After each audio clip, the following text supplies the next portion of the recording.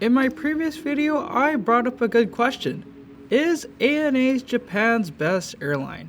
Well, today I'm here to find out if that's really the case, as I'm off to Taipei on their classic 767. Good morning from a very rainy Tokyo.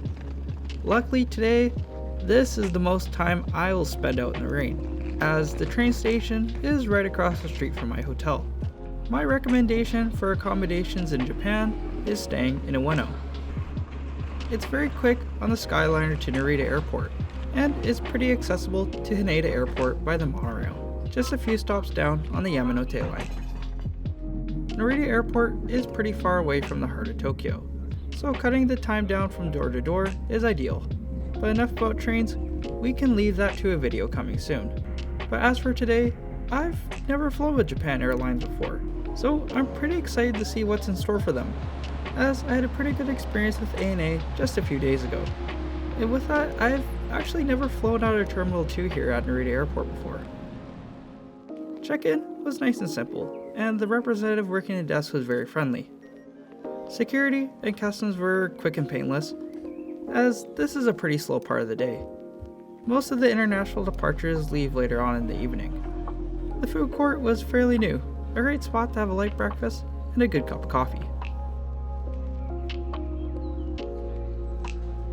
Terminal 2 is looking a bit more modern and newly renovated compared to Terminal 1. That being said, Narita's terminals are taken care of pretty well and are in great shape. Not too far away from customs was my aircraft today. This 20-year-old 767 taking me the 4-hour haul to Taipei. I'm pretty lucky to fly on this 767, as it's becoming more rare to fly on these year over year, but I might be a little bit wrong about that. I like to think of it as a mini 747, since the same engines are being used. But anyways, it's time to board.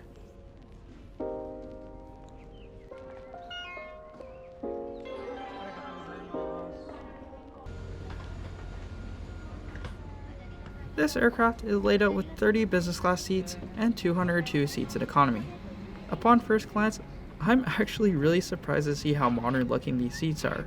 Something I wasn't expecting, or any real expectations for that matter. My seat today is 62K, 3 rows from the back. I can tell this seat is older from the IFE, but is kept in great shape. A coat hook is available along with a holder for small items, along with a phone pouch. I'll get into the remote with the IFE in a bit, but continuing on with the seat, the tray table was nice and sturdy, and the seat back pocket had the usual safety card, sickness bag, in-flight magazine, and a duty-free catalog.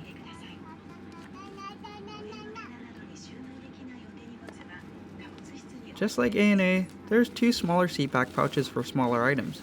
This also had a pair of disposable headphones waiting. There's also a universal power outlet to share between the seats.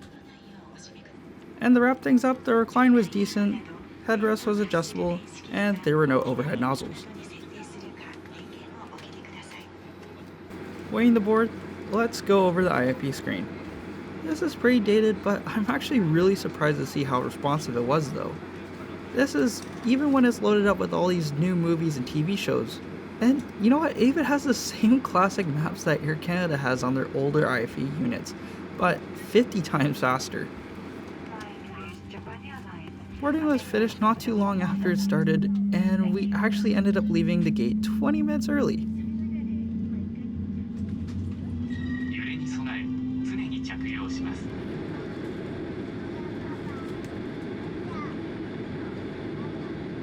Before we take off, we passed by the Yokoburi pillars. This was left when Narita Airport was being built, and honestly, someone else can do a better explanation of this, sorry. But anyways, let's get out of rainy Tokyo.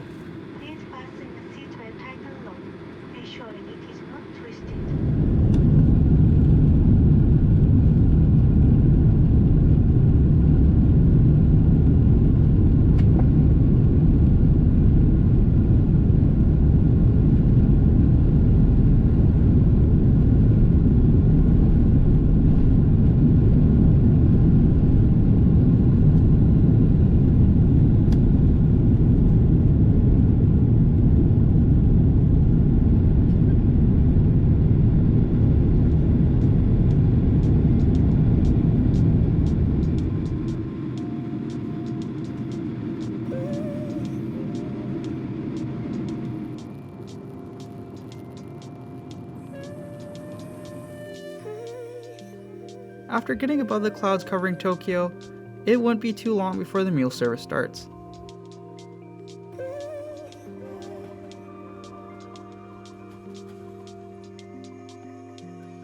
This looks like a great spread, and they're already being a little too generous with the cutlery packaging. A little prosciutto salad, a little cheesecake, ice cream for dessert, and the main, which can be found in this little pamphlet. Today is a shrimp and rice bake with cheese. Rice and cheese are a very unlikely combination, but man, was this ever good. So rich and delicious. The silverware and chopsticks are always great to have.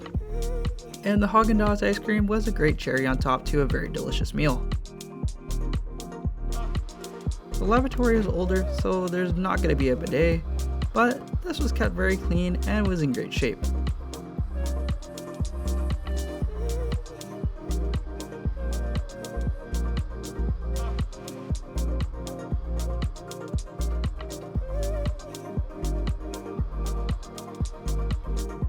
Before heading back to my seat, I got some green tea, a great post-meal drink.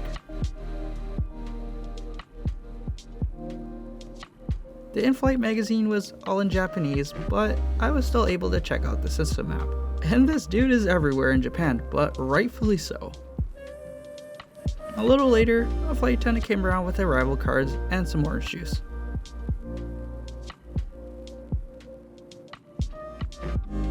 So in the end, is JAL really better than ANA? Well, that's honestly very tough to say. I really think they're both 5-star airlines, and they do all the good things right. Friendly staff, good food, good amenities, and good seats. I personally think JAL had the better catering, but they had the hub advantage this time around. Both airlines are held to such high standards that they're both very similar in a good way.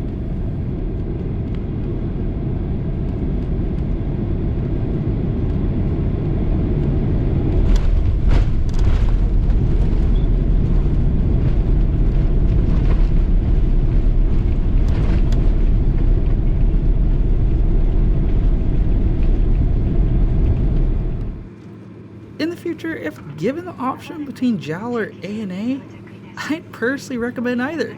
They're both great. It was nice this time around to fly a classic 767, which was a highlight for me.